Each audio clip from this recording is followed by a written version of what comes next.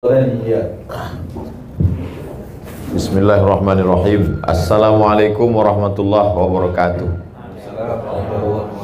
Alhamdulillah wassalatu wassalamu ala rasulillah wa ala alihi wa sahbihi wa man tabi'ahu wa mawala. Allahumma salli ala Sayyidina Muhammad wa ala ali Sayyidina Muhammad.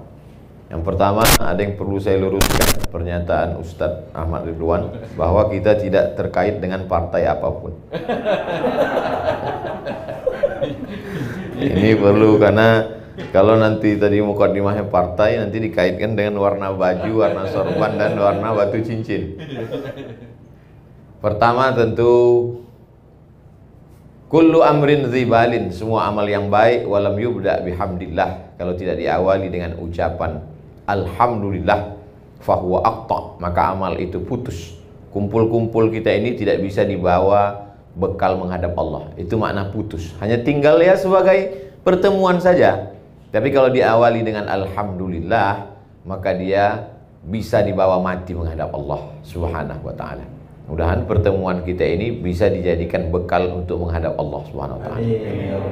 Kedua, berselawat kepada Nabi, karena kita bisa bersaudara itu memang betul karena Allah, tapi yang menjelaskannya Rasulullah SAW, diteruskan oleh para pewaris Nabi, itulah dia para ulama. Allahumma salli ala Nabiyyina Muhammad wa ala ali Muhammad. Tadi Ustadz Qurtubi WA saya, mohon maaf Ustadz, ini kita agak terlambat karena jalan, karena macet, karena ini dan lain sebagainya. Saya balas sesuai dengan judul kita pagi ini. Apa judulnya Mas Rani? Ujianku jalan surga. Nanti yang saya balas, ujianku adalah jalan surga. Lengkap dengan caption ketawanya. Selama ini orang menyangka jalan surga itu adalah dengan sholat duha, sholat tahajud, sholat witir, sholat qabliyah, sholat ba'diyah. Betul, karena salah satu pintu surga namanya babus sholat. Selama ini orang menyangka masuk surga itu dengan bangun masjid, zakat, wakaf, infak, sedekah. Enggak salah, karena salah satu nama pintu surga adalah babus sedekah. Selama ini orang beramal banyak dengan cara puasa Senin Kemis. Begitu lulus puasa Senin Kemis, puasa Nabi Daud. Begitu kuat puasa Nabi Daud, dia puasa dahar. Puasa dahar itu puasa sepanjang tahun, dilakukan oleh Sayyidatuna Aisyah dengan Abdullah ibnu Umar. Puasa sepanjang tahun, tidak makan sama sekali. Tidak salah, karena memang ada pintu surga namanya Babur Rayyan, yang hanya dimasuki la yadkhuluhu illa shaimun, tidak dimasuki oleh orang yang berpuasa, kecuali orang yang berpuasa. Lalu kemudian ada orang yang setiap jengkal tubuhnya bekas tiga, bekas tombak, bekas anak panah, bekas pedang, dan dia mati jihad fisabilillah. Dia masuk pintu surga dari babul jihad, masuk dari pintu jihad. Tapi banyak orang yang keliru. Dia anggap kalau dia sudah hijrah, kalau sudah taubat, lalu dia tidak sakit lagi, dia tidak macet, sulit, susah hidupnya. Jadi banyak itu yang mengeluh ke saya pakai nomor baru, karena kalau nomor lama ketahuan. Ustadz, dulu saya sebelum hijrah adem ayem hidup saya. Setelah hijrah begitu pergi, helm hilang. Jadi kita akan salah bicara karena kita salah berpikir. Salah berpikir itu menyebabkan kita akan salah bicara, salah beramal, salah berbuat, gara-gara kita salah berpikir. Kita menganggap kalau sudah hijrah nggak sakit, kalau sudah hijrah nggak rugi, kalau sudah hijrah nggak diuji lagi. Maka ada satu pintu surga namanya Babur Radin, bab ridha. Ridha menerima ketetapan Allah Subhanahu wa ta'ala. Dan itulah pintu yang paling tinggi.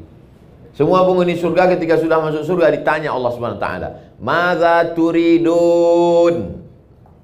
Kalau bahasa kampung kami, what do you want? Penghuni surga, Ustaz Ridwan pura-pura nggak tahu aja. Wahai penghuni surga, kamu mau apa sekarang? Kamu sudah dapat surga yang dulu kamu inginkan, kamu sudah. Madza turidun? Kamu mau apa lagi? Lalu penghuni surga menjawab, ada satu yang kami inginkan, kami belum dapat. Apa itu? Ridhaka, ridha. Jadi yang paling tinggi adalah ridha. Makanya dalam Al-Quran itu setelah Allah bercerita tentang jannatin tajri min tahtihal anhar, ada taman-taman surga, kebun-kebun mengalir, sungai-sungai, wa azwajum mutahharatun, istri yang suci-suci, lalu kemudian wa masakin thayyibah, tempat-tempat yang cantik-cantik, indah, semuanya lengkap. Wa ridwanum minallahi akbar, ada yang lebih besar daripada itu semua, yaitu ridha. Hanya saja penggunaan katanya di Indonesia selalu salah. Selalu dipakai ikhlas. Ya udahlah, ikhlaskan aja.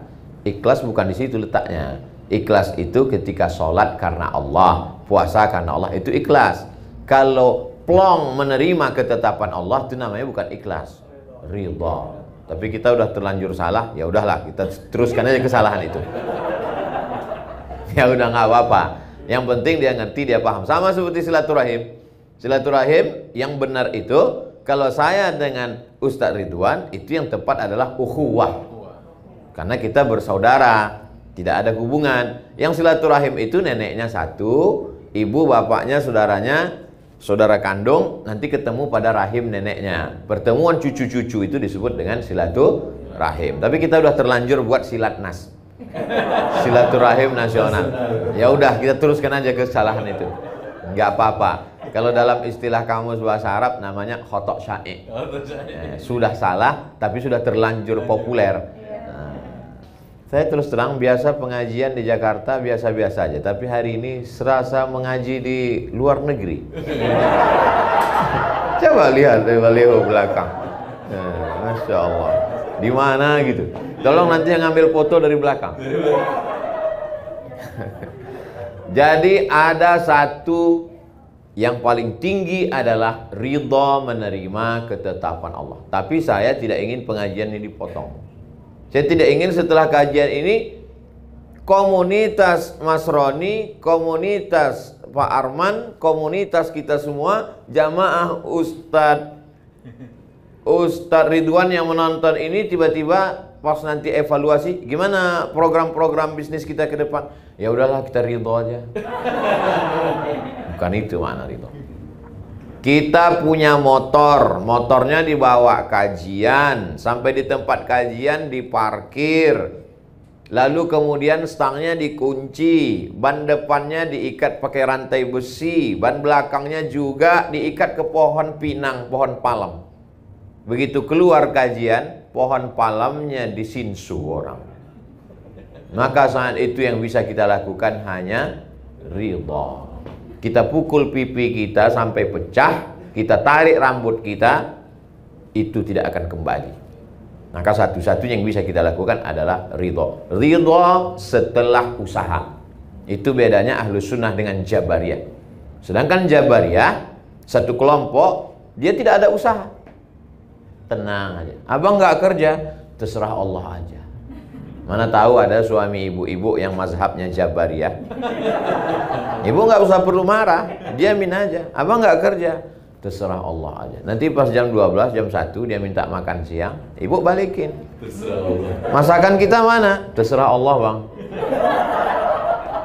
Balas. Itu namanya mazhab Jabariyah. Kalau Ahlus Sunnah tidak begitu. Ada namanya al-kasbu wal ikhtiar. Kita sudah jadikan bahasa Indonesia itu ikhtiar, usaha. Setelah berusaha ternyata tidak sesuai dengan keinginan kita, saat itu Allah ingin menempatkan kita di satu makom. Makom artinya level, tempat. Makom itu tempat. Makom Ibrahim, tempat berdiri Ibrahim. Sampai tempat kita makom kuburan. Maqaman mahmuda. Kalau kamu tahajud di waktu malam, asa ayyab'asaka rabbuka maqaman mahmuda. Allah akan tempatkan engkau di tempat yang terpuji. Maqam artinya tempat. Level kita tinggi, namanya maqam ridha, menerima ketetapan Allah subhanahu wa ta'ala. Sebetulnya nabi-nabi itu ditempatkan Allah di atas maqam ridha. Coba lihat Nabi Ibrahim alaihissalam, diuji menghadapi ayah kandung Azar. Kalau menghadapi Abu Lahab, Abu Jahal, dan abu-abu lainnya, tak perlu disebut nanti makin populer. itu biasa. Tapi menghadapi abi, kalau menghadapi abu biasa. Tapi kalau menghadapi abi, bapakku sendiri, maka itu makamnya tinggi. Dan Ibrahim ridho menerima itu. Apakah ridhonya dia menerima makam abi itu lalu dia berhenti berdakwah? Tidak. Ibrahim tidak berhenti berdakwah. La illam tantahi, kalau kau tidak berhenti mendakwahi aku, hai Ibrahim, la arjumannaka, ku lempar kau pakai batu sampai mati. Wahjurni maliya, tinggalkan aku untuk waktu yang lama. Apa jawab Ibrahim? Salamun alaika, selamat untukmu wahai ayahku. Sa'astaghfiru laka rabbi, aku tetap mintakan ampun untukmu kepada Allah. Innahu kana bi hafiyya, Allah selalu mengabulkan doa-doaku. Jadi sekarang baru hijrah udah kelahi dengan orang tua. Ya Allah. Baru hijrah. Saya kemarin Pak Ustadz melihat bapak saya nggak sholat, saya masukkan ke neraka 2 kali. Gimana kamu ini? Al-adab fawqal ilmi, adab di atas ilmu. Mungkin bahasanya bahasa kamu, tapi yang menyampaikan Ustadz Ridwan. Apa salahnya video Ustadz Ridwan yang disampaikan? Bapak-bapak, ibu, saudara sekalian, kita boleh kaya hari ini, tapi kalau kita mati semuanya tinggal. Yang kita bawa adalah sholat. Inna awalamu hasabu fil abdu yaumal qiyamati sholatuhu. Yang pertama kali dihisab adalah sholatnya. Ya, ini ada video dari Ustadz Ridwan. Begitu agak kurang keras, baru video Ustadz Somad. Antaraka sholata muta'ammidan, siapa yang meninggalkan sholat secara sengaja, faqad kafara jihara, kafirlah dia secara nyata, neraka jahanam tempatnya.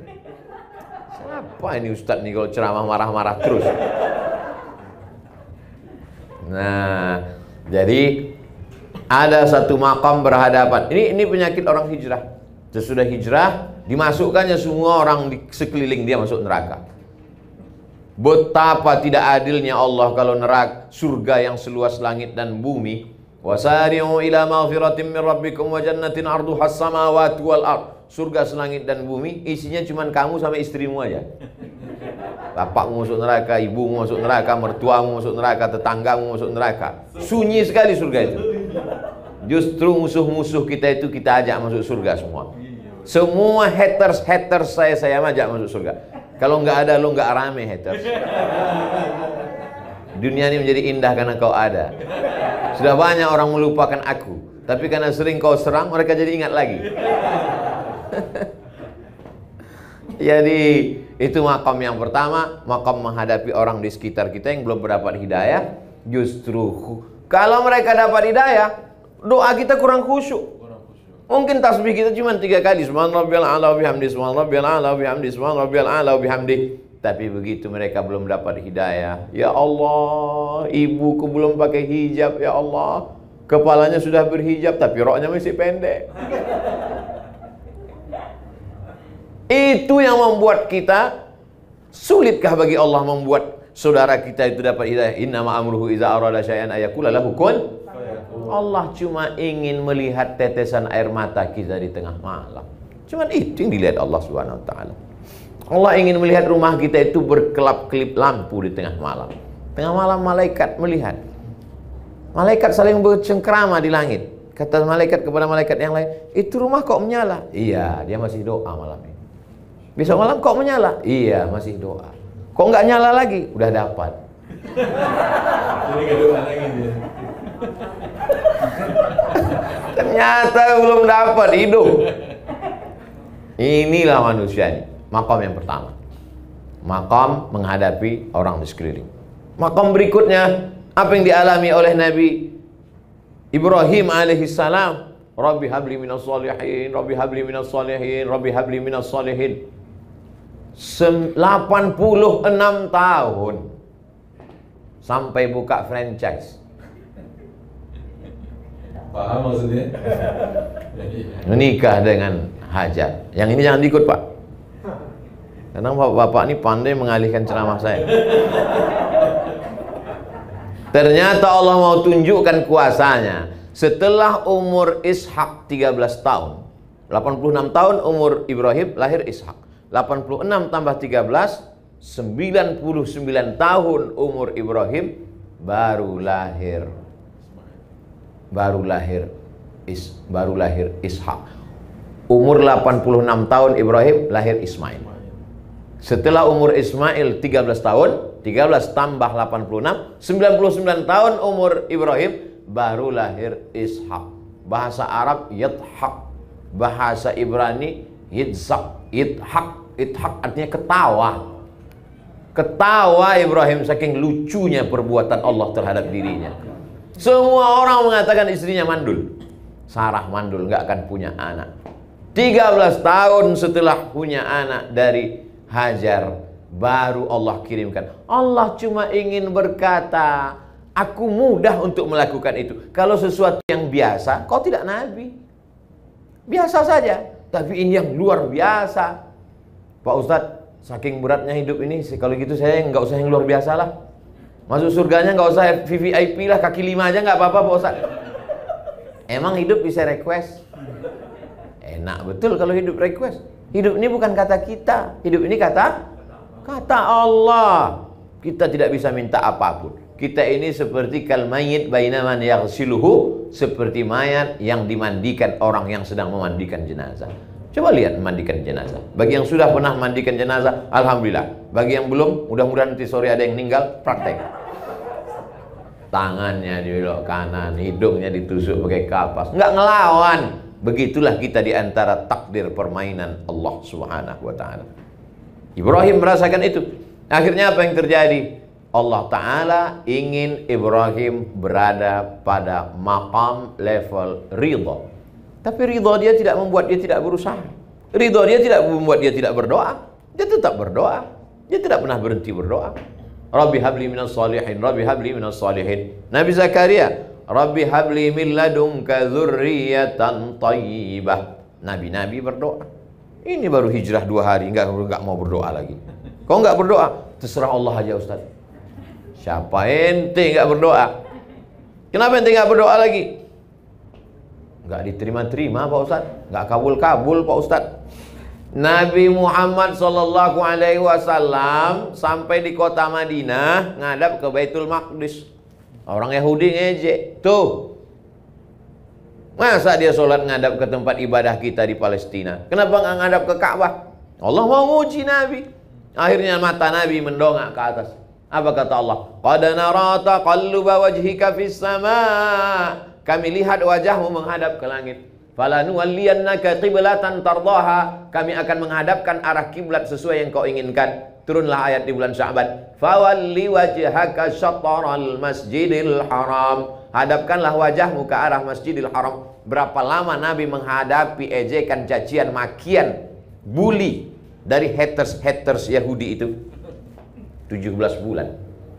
17 bulan, 16 sampai 17 bulan dicaci maki. Barulah pindah arah solat ke arah kiblat Ka'bah Al-Musyarrafah di Makkah Al-Mukarramah. Ada ujian. Padahal kalau mau Nabi Muhammad itu tinggal berdoa. Wala saufa yu'tika rabbuka fatarda. Apapun yang kau mau ku kasih ya Muhammad. Tapi bukan masalahnya kemauan kita, tapi kemauan Allah Subhanahu wa taala. Kesalahan orang hijrah selalu memaksa Allah untuk mengikut keinginan dia. Dianggapnya Allah itu tukang legalisir. Dia mau, kita mau fotokopi ini diakui oleh dinas pendidikan. Karena kita mau fotokopi ini diakui dinas pendidikan, kita bawa ke kepala sekolah supaya dilegalisir. Kita anggap Allah tukang legalisir. Kita mau, lalu kita paksa Allah ingin mengikuti kemauan kita. Ketika Allah tidak mengikuti kemauan kita, kita katakan, tak bermakna hijrahku. Hijrah apa hijrahmu? Ini penting memahami pemahaman yang benar. Hijrah adalah ketika Ibrahim berkata, Hanifan musliman wa ma ana minal musyrikin. Hanifan condong kepada Allah. Selama ini condongnya kepada ayah, selama ini condongnya kepada anak, selama ini condongnya kepada harta, selama ini condong itu apa sih Pak Ustadz? Miring. Miring itu apa sih Pak Ustadz? Cenderung. Cenderung itu Pak Ustadz, pahamilah sendiri, payah betul ceramahnya. Selama ini miringnya, cenderungnya, condongnya kepada materi, kepada dunia. Setelah itu dia cenderung mengikut Allah Subhanahu wa ta'ala. Jadi sekarang orang selalu berpemahaman, kalau saya sudah pindah, Allah sudah pilihkan saya jalan, maka Allah berikan saya yang mulus-mulus, yang nyaman-nyaman, yang enak-enak, yang mudah-mudah saja. Faqsusil qasasa, ceritakan kisah-kisah itu wahai Muhammad, la'allahum yatafakkarun, supaya mereka berpikir. Makanya namanya kita sebut 4 kali. Allahumma shalli ala sayyidina Muhammad wa ali Muhammad kama shallaita ala Ibrahim wa ala ali Ibrahim. Allahumma barik ala sayyidina Muhammad wa ala ali Muhammad kama barakta ala Ibrahim wa ala ali Ibrahim. Ibrahim tidak pernah hidup di zona aman dalam perjalanan hidup Ibrahim. Dari mulai pindah dari Babel, asalnya Ibrahim itu di Babel. Babel itu Babilonia, bukan Bangka Belitung. Dari Babilonia mau pindah ke Palestina, diperiksa di perbatasan. Di perbatasan diperiksa. Di situ ada seorang penguasa yang mengambil siapa saja yang punya istri yang bagus, cantik, cakep, diambil sama penguasa. Jadi memang penguasa ini unik-unik hobinya. Dia anak gadis nggak mau, bini orang aja mau diambil. Maka ketika Ibrahim pindah lewat di situ, pas ditanya Nabi Ibrahim, ini perempuan ini siapa? Kata Nabi Ibrahim menjawab, ukhti, my sister. Ini saudari saya. Setelah lewat pemeriksaan, Sarah komplain. Aku kan istrimu, kata Sarah. Kenapa kau bilang aku saudarimu? Ukhti fil iman, saudaraku seiman. Karena kalau aku jawab istriku, itu penguasanya jahat, nanti kau diambilnya. Ini menjadi jawaban bagi ibu-ibu. Mana tahu kebaca HP bapak, atau pas lagi jalan di mall, ini siapa? Ini saudari saya. Ada bocoran dulu. Saudara yang dimuliakan Allah Subhanahu wa taala, ada maqam. Apa tujuan Ustadz bercerita tentang Nabi Ibrahim? Supaya ketika kita menyebut nama Ibrahim, kita tahu bahwa Ibrahim tidak pernah berada pada zona nyaman. Berhadapan dengan ayah kandung, lulus. Berhadapan dengan orang, ring 1 lulus, sekarang ring 2, masyarakat sekitar, penyembah berhala. Masuk Nabi Ibrahim alaihissalam ke dalam, dia ambil itu kampak, dia hancurkan berhala-berhala yang kecil. Begitu mereka pulang dari kebun sore, mereka lihat hancur semua, mereka sudah tahu ini pasti Ibrahim yang melakukan. Ini pasti Ibrahim punya kerja, walaupun waktu itu belum ada CCTV. Mereka sudah tahu nih Ibrahim. Mereka tangkap Ibrahim, mereka tanya, a'anta fa'alta hadza bi alihatina ya Ibrahim. Saya biasanya kalau lewat makanan hilang konsentrasi. Kecuali di pengajian ini. Karena sudah dibuat kenyang duluan. Nah, ini pelajaran juga untuk majelis yang lain, makan dulu baru ngaji. Jadi fokus. Jadi kita lebih fokus, Ustaz.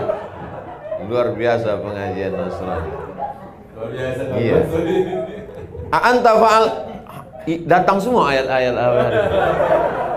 A'anta fa'alta hadza bi alihatina ya Ibrahim? Engkaukah yang melakukan ini terhadap Tuhan-Tuhan kami wahai Ibrahim?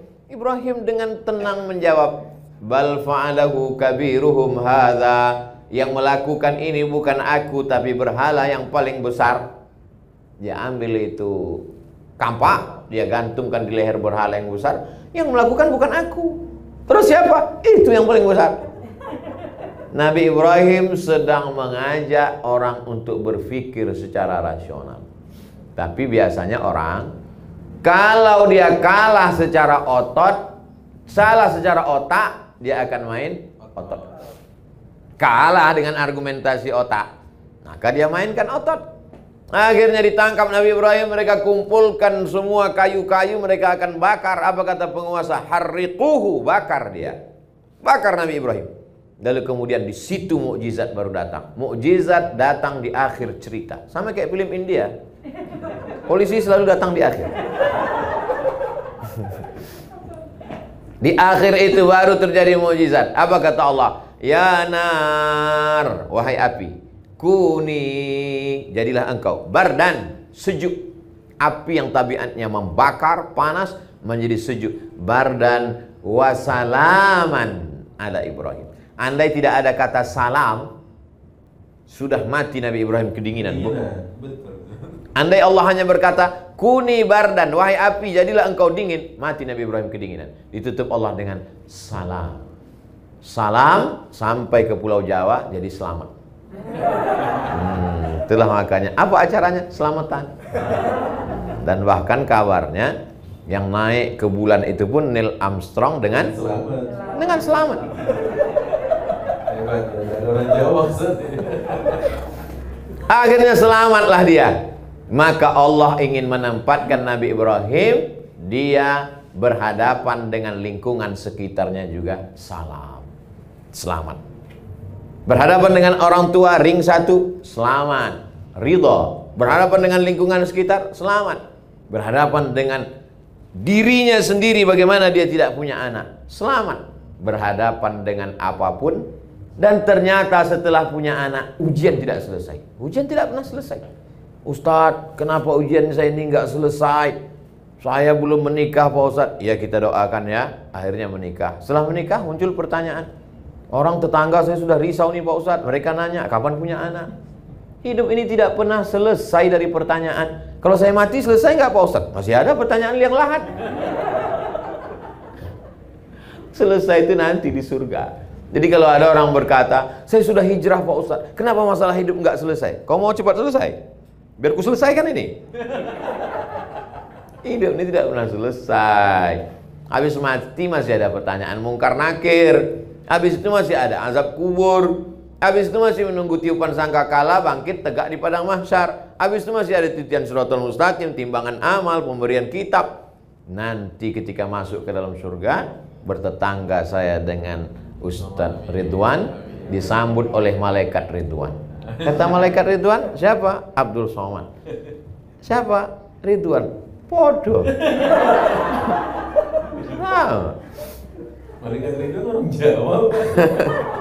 Jadi betapa kita ini selalu berprasangka menurut prasangka kita, dan kita ajak Allah untuk mengikut prasangka kita. Tidak begitu. Kita yang mesti ikut Allah. Makanya subuh tadi kita katakan, raditu billah, aku yang ridho menerima engkau ya Allah. Setelah aku ridho, aku berharap engkau juga ridho menerima aku. La ini jitama'atil ummatu, berkumpul semua umat di dunia ini, ala ayyadurruka bisyai'in, untuk memudaratkanmu. Berkumpul semua orang di dunia ini untuk mematikanmu. Lan yadurruka, mereka tidak akan mampu memudaratkanmu, illa qad kataballahu alaik, kecuali sudah ditetapkan Allah Subhanahu wa taala. Berkumpul ikatan dukun internasional. Dari mulai David Copperfield sampai semua-semuanya yang lokal. Saya tidak sebutkan nama-nama yang lokal, saya takut mereka semuanya aliansi dukun se-Indonesia melaporkan saya ke Mabes. Saya mulai agak hati-hati ceramah sekarang. Berkumpul semua dukun-dukun santet untuk menyantet Abdul Somad. Kalau tidak, kata Allah, apakah akan terjadi? Tidak. Makanya kata Syekh Muhammad At-Mutawalli Asy-Sya'rawi, sehebat-hebat yang bisa dilakukan musuhmu adalah hanya menepati takdir Allah. Sehebat-hebat yang dilakukan musuhmu adalah menepati takdir Allah. Kalau tidak, kata Allah, maka tidak. Saya masih bingung Pak Ustaz. Masa perbuatan mereka itu adalah takdir Allah, ketetapan Allah Subhanahu wa taala? Tidak ada daun yang jatuh, tidak ada ranting yang patah, tidak ada yang mati, tidak ada yang tersakiti, tidak ada satupun yang terjadi di luar dari kuasa Allah. Siapa yang mengatakan bahwa itu di luar kuasa Allah, berarti rusak tauhidnya, rusak akidahnya kepada Allah Subhanahu wa taala. Jadi kalau kita kena, berarti itu juga adalah ujian, dan yang diinginkan Allah dari ujian itu adalah ridho. Ridho menerima ketetapan Allah. Tapi jangan setelah ridho lalu tidak berobat. Kau sudah panggil ustaz untuk meruqyah. Enggak, saya ridho aja sampai mati Pak Ustaz. Ruqyah, panggil Ustaz Ridwan. Ustaz Somad bisa ruqyah? Bisa. Tapi kadang jinnya ada yang takut, ada yang enggak. Saya sedang jalan. Pas lagi saya sedang jalan, saya waktu itu jadi dewan juri musabaqah tilawatil Quran. Pagi-pagi saya jalan, dipanggil sama Qori, salah satu qori dari balik jendela. Ustaz Somad, ada apa? Saya bilang, ada qori'ah kerasukan setan. Saya mau pergi. Saya kan nggak pernah murukyah karena saya ceramah. Mau pergi, cuman gengsi. Masa LCMA pergi meninggalkan? Ada apa? Saya bilang. Ini, saya lihat dia rukyah, diambilnya botol, dia bacakan. Allahu la ilaha illa huwal hayyul qayyum la ta'khudhuhu sinatun wa la naum. Perempuan itu matanya melotot, ketawa cekikikan. Saya ambil air itu, saya baca kuat ke telinganya sebelah kanan. Laki-laki 2, perempuan 1. Allahu la ilaha, kuat-kuat suara saya. Begitu selesai saya bacakan, sehat dia. Entah karena ayat itu atau karena dia terkejut, Allah. Tapi sejak itu saya tak pernah lagi merukyah. Setiap ada orang minta rukyah kerasukan setan, rumahnya diganggu, warungnya dikerjain, selalu saya serahkan ke sahabat-sahabat saya. Di antaranya yang menulis buku ensiklopedia rukyah jin setan, namanya Ustadz Musdar Bustamam LC, orang Medan, tapi selalu juga ke Jakarta. Bisa tulis di Google Musdar, itu sekaligus endorse.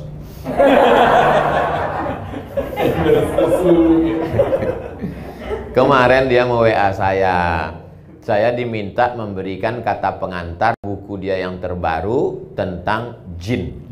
Saya bilang saya sudah beberapa kali mengendorse buku antum. Supaya buku ini lebih menarik, bagusnya minta endorse sama jin Ifrit. Tapi dia tetap minta juga. Tadi dalam perjalanan dari airport kemari, saya sempat tuliskan endorse. Saya tulis di situ cerita panjang bahwa dulu ketika tinggal di Kairo, dia tinggal di asrama, ada isu salah seorang anak Indonesia bisa memperlihatkan tuyul. Ada anak Indonesia bisa memperlihatkan tuyul. Korbannya sudah 17 orang. Ternyata prank. Jadi si Anu ini ustadz juga sekarang, cuman saya nggak sebutkan namanya untuk menjaga nama baiknya. Jadi diisukan dia bisa memperlihatkan tuyul. Siapa yang masuk ke kamar dia bisa ngelihat tuyul. Kalau masuk ke kamar dia, dimatikan lampu, dihidupkannya lilin. Bawa piring. Lalu piring itu diletakkan di atas lilin. Setelah itu piringnya dibalik, dibacakannya mantra-mantra, lalu diusapkan ke muka. Alhamdulillahirabbil alamin. Setelah itu dihidupkan lampu. Tuk, mana tuyulnya? Tengok ke kaca. Kan hitam kan? Kan tadi piringnya diletakkan di lilin. Kan hitam. Setelah itu alhamdulillahirabbil alamin, habis itu hidupkan lampu. Mana tuyulnya? Kau tengoklah ke kaca. Itulah tuyulnya. Korban yang pertama tidak mau bercerita sebelum dapat korban berikutnya. Akhirnya korbannya 17 orang. Dan 17 orang itu ada datanya. Ustadz-ustadz besar sekarang. Tentu tidak kita sebutkan korban-korban. Dan ada pula korbannya itu mahasiswa Afrika. Mahasiswa Afrika agak sulit sedikit. Karena ketika dilihat nggak berpengaruh warna arang itu. Saya cuma ingin mau menceritakan bahwa kalau sudah cerita masalah jin, tuyul, nyi blorong, sundil bolong, santet, sulit orang untuk tidak percaya. Itu ada. Kalau tidak ada yang namanya santet itu, tidak akan mungkin dalam Quran ada satu surat namanya surat Al-Falaq. Qul a'udzu birabbil falaq min syarri ma khalaq wa min syarri ghasiqin idza waqab wa min syarri naffatsati fil 'uqad. Naffasat, nafasa, meniup-niup dengan sedikit air liur. Nafasa yang fusu fil 'uqad, pada simpulan tali. Perempuan yang suka meniup-niup pada simpulan tali. Jadi kalau dia benci sama ibu, sama bapak, diambil rambut ibu, rambut bapak, lalu diikat di simpulan tali, lalu di simpulan tali itu ditiup-tiup. Kenapa disebut perempuan? Karena memang biasanya tukang sihir itu perempuan. Makanya ada istilah nenek sihir. Nenek sihir enggak laki-laki, perempuan. Yang banyak tukang sihir laki-laki dalam film Harry Potter. Ada laki-laki, tapi umumnya perempuan tukang sihir. Sihir itu ada, tapi kita diajarkan untuk melindungi diri.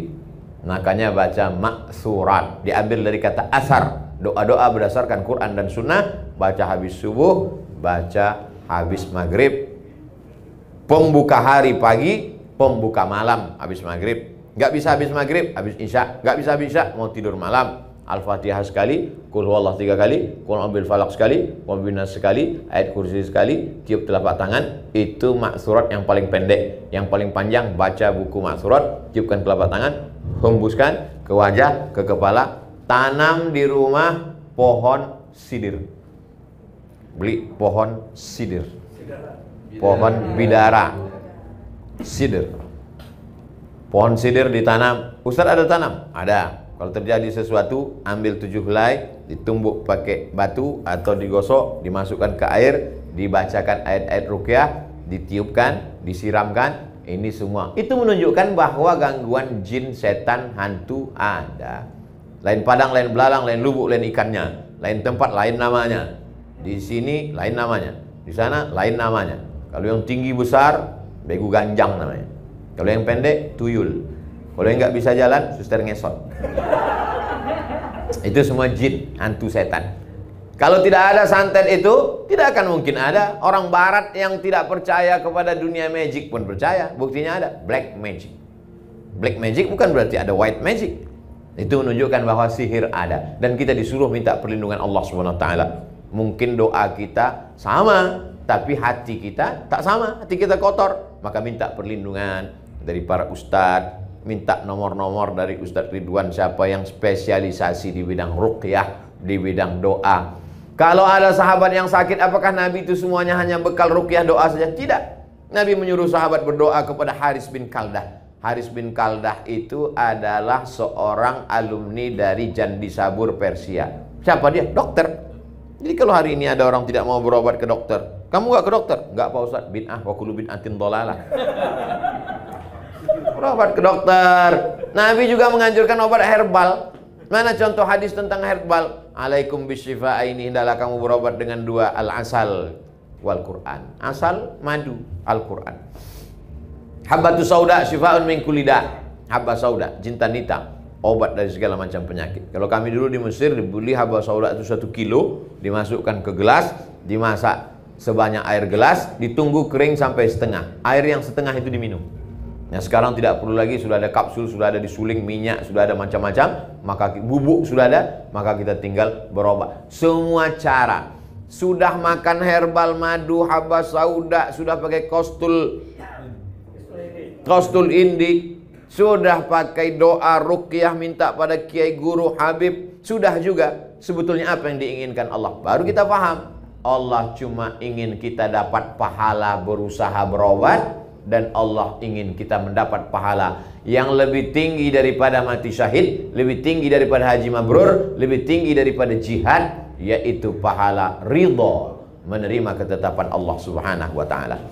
Saya tidak tahu salat subuh tadi saya diterima Allah apa tidak. Saya tidak tahu haji saya itu diterima Allah jadi haji mabrur apa tidak. Saya tidak tahu apakah sedekah saya itu ikhlas atau tidak. Tapi saya tahu bahwa saya diridhai Allah atau tidak. Begitu kata Imam Al-Qushairi dalam kitab Ar-Risalah Al-Qushairiyah. Sahabat-sahabatnya yang mendengar heran. Dari mana kau tahu bahwa kau diridhoi Allah? Aku tahu bahwa aku diridhoi Allah. Dari mana kau tahu? Apa tandanya? Ketika aku ridho menerima ketetapan Allah, saat itulah aku tahu bahwa aku sedang diridhoi Allah. Kalau kita ridho dengan ketetapan Allah, sesungguhnya kita sedang diridhoi Allah. Man radhiya falahu ridha, wa man sakhita falahu sukhtu. Siapa yang ridha menerima ketetapan Allah, dia dapat ridha Allah. Siapa yang murka, gelisah, melawan, maka sesungguhnya dia pun sedang berada dalam murka Allah SWT. Sampai-sampai diancam Allah. Man lam yartadha biqada'i, siapa yang tidak ridha menerima takdirku, wa lam yasbir bi bala'i, tidak sabar menerima ketetapanku, falyatlub rabban siwaya, carilah Tuhan selain aku.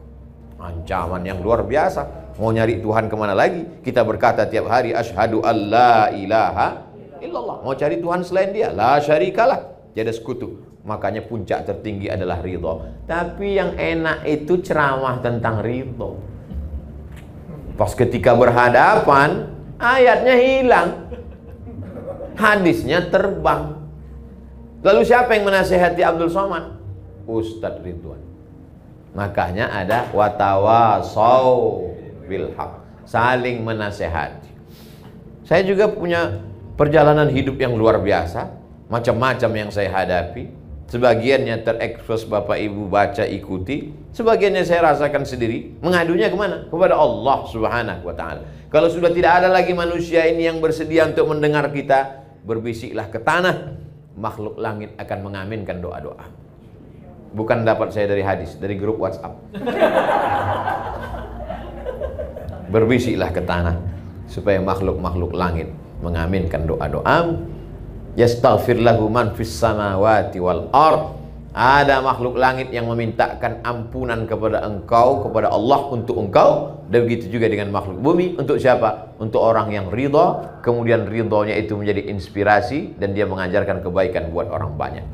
Tapi saya sejujurnya, Mas Roni, untuk ceramah tentang bagaimana umat ke depan, bagaimana politik Islam, itu saya lebih suka daripada diajak ceramah tentang ridho. Karena biasanya ujiannya cash and carry.